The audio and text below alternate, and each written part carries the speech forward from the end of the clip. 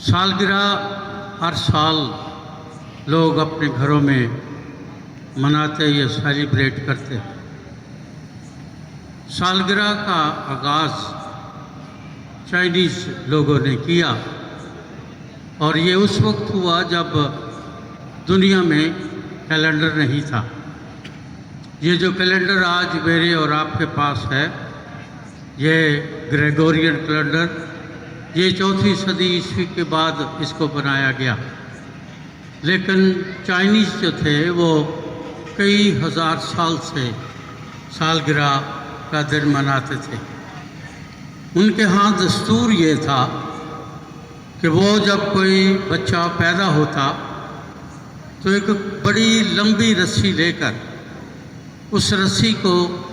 गिरा लगाते थे या नॉट या गांठ लगा देते थे, और उसकी वजह से इस दिन की तकरीब का इस मुनासबत से नाम सालगिरह रखा गया और आज तक लोग इस सालगिरह को मनाते हैं।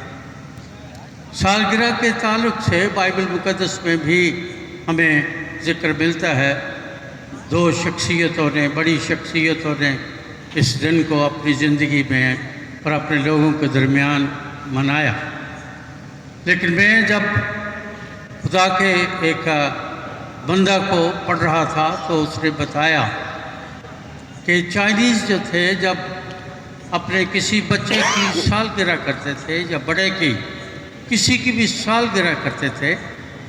तो उनका दस्तूर ये था कि उनके जितने भी रिश्तेदार हैं,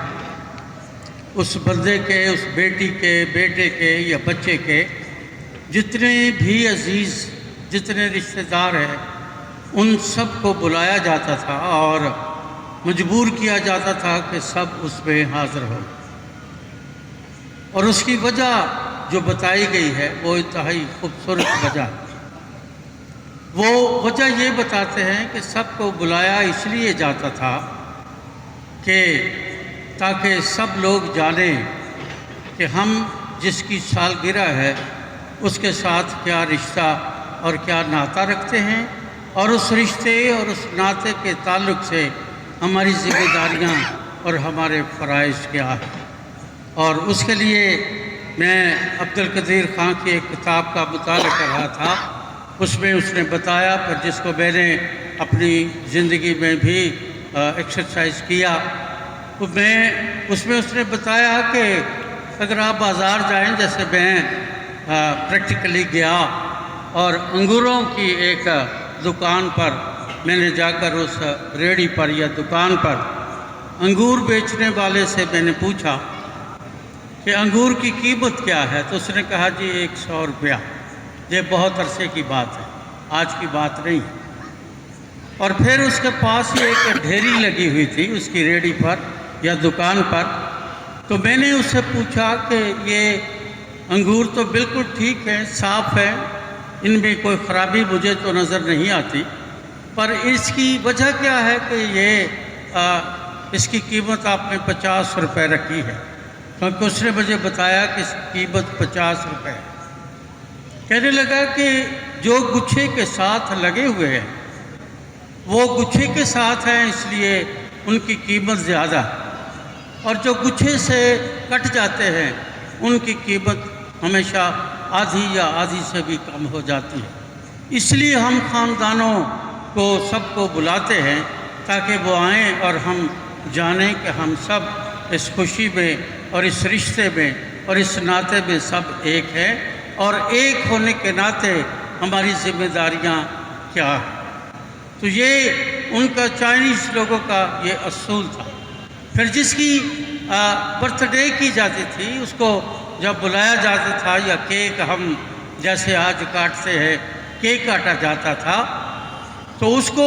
बुलाकर उस केक काटने वाले के इर्द गिर्द सब लोग जब इकट्ठे होते थे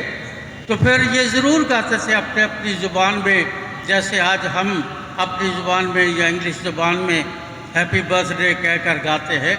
वो भी अपने यहाँ गीत गाते थे। लेकिन उस गीत का जो तर्जुमा है वो चाइनीज़ से इंग्लिश में और इंग्लिश से फिर उर्दू में ट्रांसलेट हुआ है, और वो जो तर्जुमा है उसका मतलब ये है کہ جس کی سالگرہ منائی جا رہی ہے اس کو یہ بتایا جائے، وہ گیت گا کر یا وہ ہیپی برتھ ڈے گا کر اس کو یہ بتایا جائے کہ جب تو پیدا ہوا تھا یا پیدا ہوئی تھی تو تیری ماں تجھے جنم دینے کے دوران زندگی اور موت کی سرحد پر پڑی تھی، اور کسی بھی لمحے وہ موت میں اس کے نرگے میں جا سکتی تھی یا تجھے زندگی مل سکتی تھی، چونکہ اس وقت جب وہ اس سرحد پر پڑی تھی اور تو نے جنم لیا، اور آپ کو پتہ ہے کہ ہر بچہ جب پیدا ہوتا ہے اس کی زندگی کا آغاز اس کی چیخ سے ہوتا ہے، تو انہوں نے وہ بتاتے یہ تھے کہ جب تو نے چیخ مار کر اپنی ماں کو جو موت اور زندگی کی کشمکش میں تھی یہ بتایا کہ تو پیدا ہو گئی ہے یا ہو گیا ہے اور تو زندہ ہے، تو پھر وہ وہاں اس سرحد پر موت کی حد پر پڑی بھی مسکرا دیتی تھی۔ اب یہ تیرا کام ہے کہ تو نے زندگی میں اسے مسکراہٹیں دینی ہیں یا اس کی مسکراہٹوں کو تو نے ختم کرنا ہے، اس لیے تیری برتھ ڈے منائی جا رہی ہے۔ تو یہ وہ اصول تھا جس کو کہ چائنیز لوگوں نے یا اس کتاب میں یا چند کتابوں کے مطالعہ کے بعد جن باتوں کو میں نے سیکھا، اور یہ سچ ہے، یہ والدین کے لیے اور بچوں کے لیے ایک بہت بڑی نصیحت یا سبق ہے کہ جب وہ پیدا ہوتے ہیں ان کی چیخ ان کی ماں کی مسکراہٹ بنتی ہے، پھر ان کی ذمہ داری ہے کہ وہ بڑے ہو کر اپنی ماں کی مسکراہٹ کے لیے کیا کرتے ہیں یا کیا نہیں کرتے ہیں۔ اسی کو خدا کے کلام میں سلیمان بن داؤد بیان کرتا ہے کہ اگر خداوند ہی گھر نہ بنائے، عزیزو یاد رہے انسان مکان بناتے ہیں، گھر نہیں بناتے، اور گھر خدا بناتا ہے۔ سلیمان نے بے شمار عمارتیں اور سلیمان کی مقدس ہیکل جسے ہم یاد کرتے ہیں وہ اس نے بنائی، لیکن زندگی کے آخری دور میں جب وہ بستر علالت پر پڑا تھا اسے یاد آیا اور وہ اپنے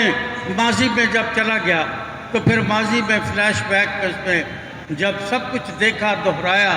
پھر اس نے کہا کہ خدا گھر بناتا ہے، انسان صرف مکان بناتا ہے، کیونکہ اس کے بعد سلیمان جیسا شخص بادشاہ دنیا سے ایک بت پرست انسان کی حیثیت سے رخصت ہوا، ان عورتوں کے وسیلے سے جو وہ غیر قوموں سے بیاہ لایا تھا، اس لیے وہ بستر علالت پر پڑا اس سچائی کا اظہار کرتا ہے، اور آج یہ سچائی میرے اور آپ کے لیے ہے، کرس کے والدین کے لیے، ہم سب کے لیے ہے۔ خدا گھر بناتا ہے، انسان صرف مکان بناتے ہیں، انسان صرف وسائل پیدا کرتے ہیں، خدا گھر بناتا ہے، اور وہ گھر جو خدا بناتا ہے وہ ہمیشہ ایک مثلث کی طرح ہوتا ہے، اس کے درمیان میں خدا باپ ایک بنیاد کی حیثیت رکھتا ہے، اس کی ایک سائیڈ جو ہے وہ ایک خدا پرست باپ کی ذمہ داری ہے، دوسری سائیڈ خدا پرست ماں کی ذمہ داری ہے، اور تیسری جو سائیڈ ہے وہ فرمانبردار اولاد کی ہے، اور فرمانبردار اولاد یا خدا پرست والدین اسی وقت ہو سکتے ہیں جب خدا ان کی زندگی میں سینٹرل مقام رکھتا ہے، اور یہ کسی بھی سالگرہ کی بنیاد خدا کا وہ بنایا ہوا گھر ہے، میرے اور آپ کے مکان نہیں۔ اس لیے ضروری ہے کہ ہم کرس کے لیے نہ صرف آج بلکہ ہمیشہ، اس کے والدین کے لیے آج بلکہ ہمیشہ دعا کرتے رہیں تاکہ یہ مکان کی جگہ یہ گھر بنے اور وہ بچہ اپنے والدین کے لیے زندگی بھر مسکراہٹوں کو جنم دیتا رہے۔ آئیے دعا کریں۔